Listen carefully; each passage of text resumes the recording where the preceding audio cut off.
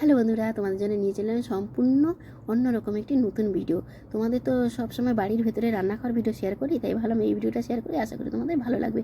তোমার সম্পূর্ণ ভিডিওটা দেখার অনুরোধ রইল।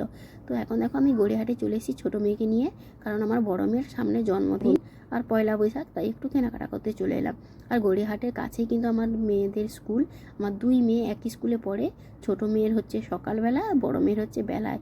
ছোটো মেয়ের 6:40 থেকে 10টা আর বড় মেয়ের 10:30 থেকে 4:30। কিন্তু আজ থেকে আমার বড় মেয়ের পরীক্ষা শুরু হলো, তাই আজকে ওর 12টায় ছুটি হয়ে যাবে। তো পরীক্ষা দিতে ঢুকে গেছে স্কুলে। আমি তাই ছোটো মেয়ের হাত ধরে চলে এলাম গড়িয়াহাটে। তো গড়িয়াহাটটা কেমন লাগছে তোমাদের অবশ্যই কিন্তু জানিও। আর গড়িয়াহাটে কিন্তু এখন একটু ফাঁকা ফাঁকা লাগছে, কিন্তু বিকেলের দিকে বেশ ভালোই ভিড় হয়। তো আমার পুরো ভিডিওটা দেখার জন্য অনুরোধ রইল। আর যারা যারা আমার পুরো ভিডিওটা দেখে লাইক কমেন্ট করলে তাদেরকে জানাই অসংখ্য ধন্যবাদ। তো দেখো, আমি এখন একটু দেখছি দোকানে, দেখছো কত সুন্দর গড়িয়াহাটটা, কত রকমের জিনিস বিক্রি হয়। তোমাদের কার কার ভালো লাগে এরকম গড়িয়াহাটে ঘুরে জামা কাপড় কিনতে? আমার কিন্তু ভালো লাগে গড়িয়াহাটে এরকম ঘুরে জামা কাপড় কিনতে। আর এখানটায় দেখো, এই দোকানটাতে কতগুলো দেখো পুতুল আছে। আমার ছোটো মেয়ে বলছে আমার একটা কিনে দাও, না বললাম বেশ কিনে দেবো, আগে ওই দিকটা ঘুরিয়ে আগে জামা কাপড়টা কেনাকাটা করে নিই, তারপর তোকে দিচ্ছি। তো তোমরা সবাই ভালো থেকো, সুস্থ থেকো, টাটা।